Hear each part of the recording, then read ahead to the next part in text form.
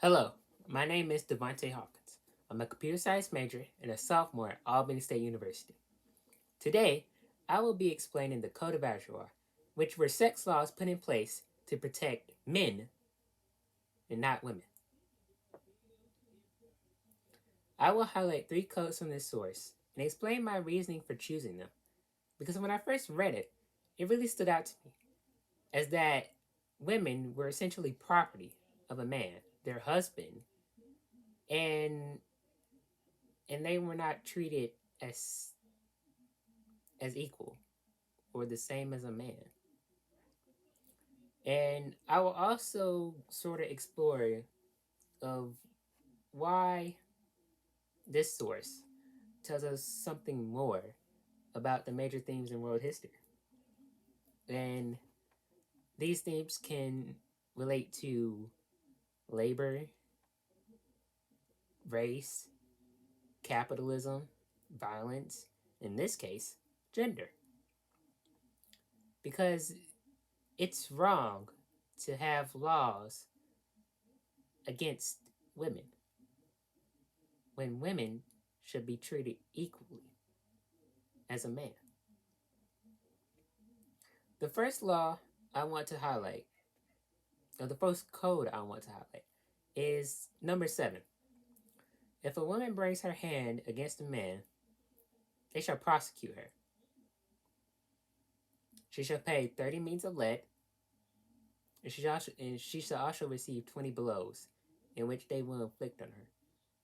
Now, in my mind, I'm thinking, okay, so if a woman raises her hand up to a man in which he hasn't been hurt or harmed in any way, she shall be, in my mind, whipped or lashed just for doing this.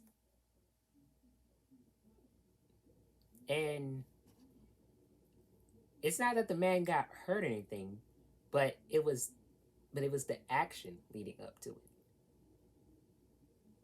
And whose side are they going to believe? The husband or the woman? They're going to believe the husband because it's the law. And the woman, no matter what, is wrong. The second code I want to bring up is number 8. If a woman in a quarrel injures the testicle of a man, one of her fingers they shall cut off. And if a physician binds it up in the other testicle, which is beside it be infected, thereby take harm, or she injures the testicle, they shall destroy both of her eyes. Now, in my mind, this just made absolutely zero sense. This should not be a law. Because let's say the woman was defending or protecting herself from her husband, who was probably abusive and 2 times bigger and stronger than her, gets hurt. And the man and the man, they're gonna take the man's side. They're not gonna take the woman's side. And the woman shall get both of her eyes cut off just for doing what? Protecting herself? That's not right. It's extremely wrong. If anything, the man shall pay the price because he was the abusive one. But during this time, it was completely different because women were not treated the same. Third card I want to break up is number 9, which says that if a man brings his hand against the wife of a man, treating her like a child, and they prove it against him, and they convict him, one of his fingers shall cut off. And if he kisses her, his lower lip shall be cut off with the blade of an axe. Now, I will say with this one, it does protect the woman in some sort of sense, but it's still wrong. Because, basically speaking, the woman is the husband's property, and that's basically saying, hey, you mess with my property, I'm gonna cut off one of your fingers, and if you kiss my property, I'm gonna cut it off with the axe. Now, in my mind, I'm thinking that's extremely wrong, and then also, she's not your property. She's a human being just like you. You just don't see it.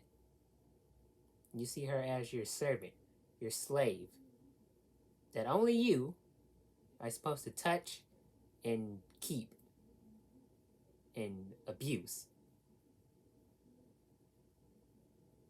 And and that weighs a lot, especially today.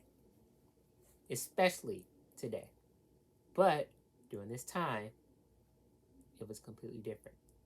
Now something like that happening today, that would be unimaginable. And as you can see, civilization during this time felt that the man is the superior being. He's Superman. And nobody can do anything, or he can't get convicted or anything, or he's not wrong. That's basically saying. But anything else besides a man, they're wrong. And I hate that women had to live through it, because they shouldn't have to. If everybody treated the same, no, if everybody treated, you know, if everybody treated everybody the same way, we wouldn't have these types of problems. But that's just the world we live in. And it's still happening today. As Susan B. Anthony once said, forget conventionalisms. Forget what the world thinks of you stepping out of your place. Think your best thoughts. Speak your best words. Work your best works. And looking to own your conscience for approval. And this is exactly what people did. They say, hey, we should all be treated equally and the same. No matter what race you come from, no matter what background you come from, no matter your gender or sexual preference. We are all humans. And we are put here for a purpose. And that purpose is not to be beaten down, treated like slaves or peasants. And that is something that I'm glad to be a part of. And if history has taught us anything, it's that we should change and be different than the previous generation. And I think that's one thing that's going to make us stronger together and more united than ever. So thank you for your time, and thank you for listening. And I hope that you have taken away something, because it's important to talk about these issues. So in that way, we can learn from them and grow from them together. Thank you.